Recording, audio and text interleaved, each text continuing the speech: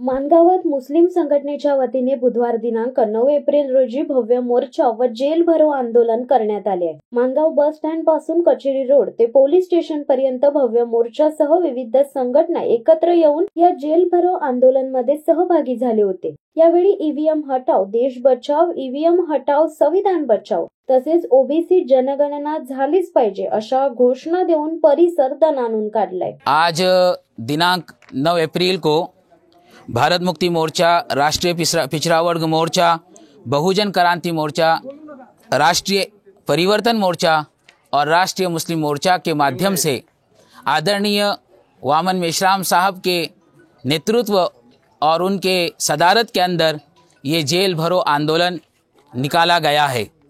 ये जेल भरो आंदोलन के मुद्दे बहुत सारे हैं।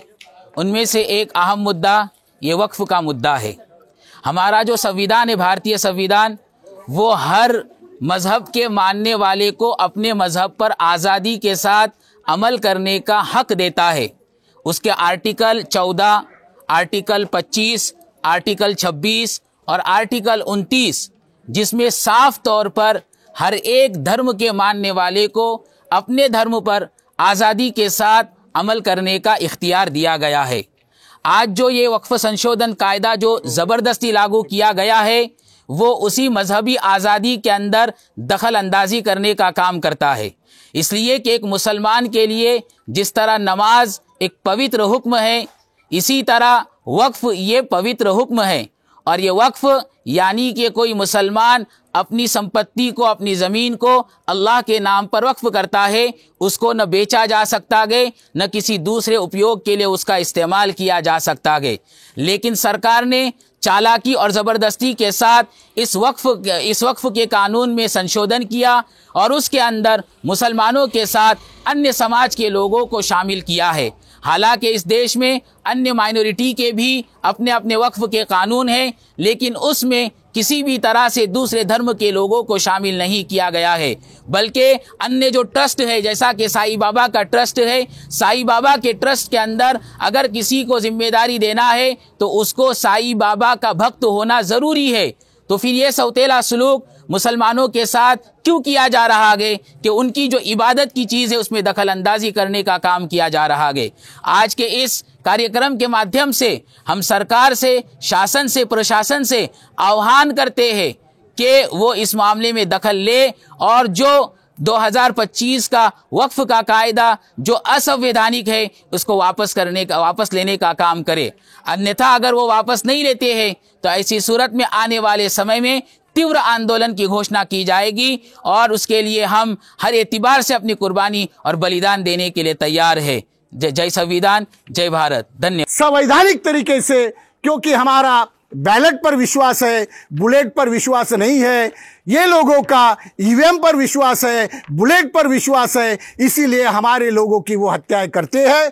और ये जन जागृति का कारवा हम लोगों को जागरूक करने के लिए ये जेल भरो आंदोलन के माध्यम से कर रहे हैं। सारे लोगों को हम लोग अपील करते हैं, प्रशासन को, शासन को, कि इसकी दखल ऊपर तक पहुंचाई जाए। धन्यवाद। सखोल अशी षडयंत्र सुरू आहेत आणि आदिवासींच्या जे काही पुरावे आहेत ते पुरावे नष्ट करून आदिवासींचं ब्राह्मणीकरण या ठिकाणी सुरू आहे।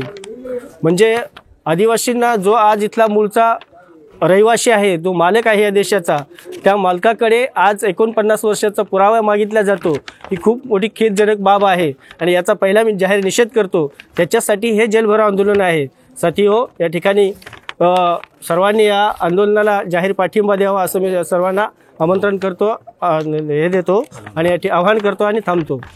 आज 9 एप्रिल 2025 रोजी बामसेफ भारत मुक्ती मोर्चाचे राष्ट्रीय अध्यक्ष माननीय वामन मेश्राम यांच्या नेतृत्वामध्ये पूर्ण भारतभर जेल भरो आंदोलन करण्यात येत आहे।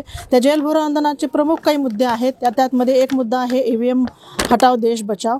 तर मला असं म्हणायचं की जे इलेक्शन कमिशन आहे किंवा निवडणूक आयोग आहे, ती भारतामध्ये पूर्ण जी निवडणूक प्रक्रिया आहे ते बघत असतं, पण आणि केंद्र आणि राज्य सरकारला त्यांच्या नियंत्रणामध्ये राहून पूर्ण निवडणूक प्रक्रिया पार पाडावी लागते.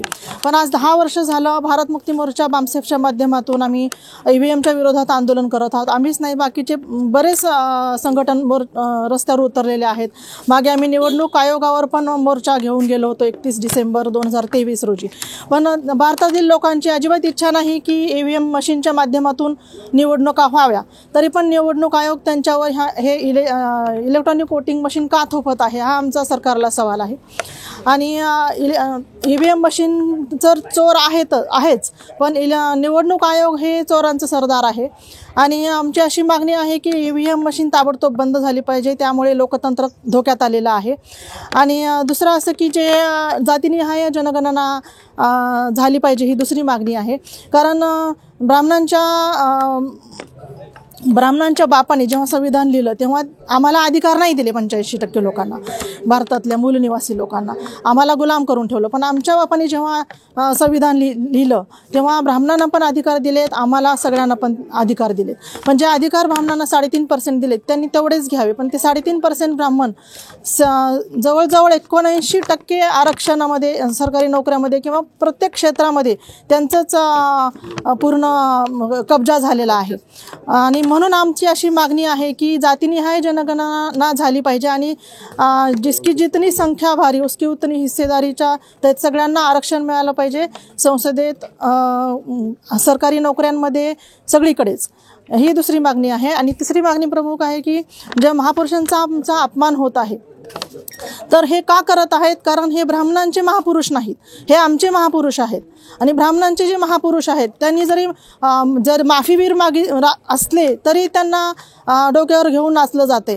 पण आमच्या महापुरुषांनी ज्या स्वतःचं आयुष्य खर्ची केलं स्वातंत्र्य, समता, न्याय आणि बंधुत्वावर आधारित समाज व्यवस्था निर्माण करण्यासाठी, आणि आमच्या महापुरुषांचा अपमान केला जातो, हे आम्हाला अजिबात सहन होणार नाही आणि आम्ही हे सहन करणार नाही. आणि सरकारला अशी मागणी आहे की जे असे अपमान करत आहेत त्यांच्यावर कठोर कारवाई करावी. चौथा मुद्दा आहे की बुद्धगयावर जो ब्राह्मणांनी कब्जा केलेला आहे. तर माझं असं म्हणणं आहे की पहिले तर तुम्ही आम्हाला हिंदू म्हणत नव्हतात, हिंदू म्हणून मंदिरामध्ये प्रवेश देत नव्हतात किंवा तुमचे संस्कृत ग्रंथ वाचण्याची आम्हाला परमिशन नव्हती. आमच्या कानात शिसे घातले जात होते, आमच्या जीभ कापल्या जात होते संस्कृत वाचलं किंवा ऐकलं, आणि मंदिरामध्ये प्रवेश नव्हता. मग तुम्ही तुमचं हे सगळं नको, तुमचे देव नको, तुमचे धर्म नको, तुमचा धर्मग्रंथ नको, म्हणून आम्ही बौद्ध धर्म स्वीकारला. किंवा आमची जी विरासत आहे बौद्ध विरासत, तिथे तुम्ही आता कब्जा का करताय, हा एक सवाल आहे. की आता तरी आम्हाला म्हणजे तुमच्या धर्मातनं आम्ही बाजूला गेलोय ना, तर आम्हाला आता तरी सुखाने जगू द्या, हे एक सरकारला आव्हान आहे की तिथून ब्राह्मणांचा कब्जा हटवला पाहिजे. शिवसत्ता टाइम्ससाठी दीपक दबके, माणगाव. दे धडक बेधडक वृत्त देणाऱ्या आपल्या शिवसत्ता टाइम्स न्यूज चॅनलला लाल बटन दाबून सबस्क्राईब करा आणि बेल आयकॉनला क्लिक करायला विसरू नका.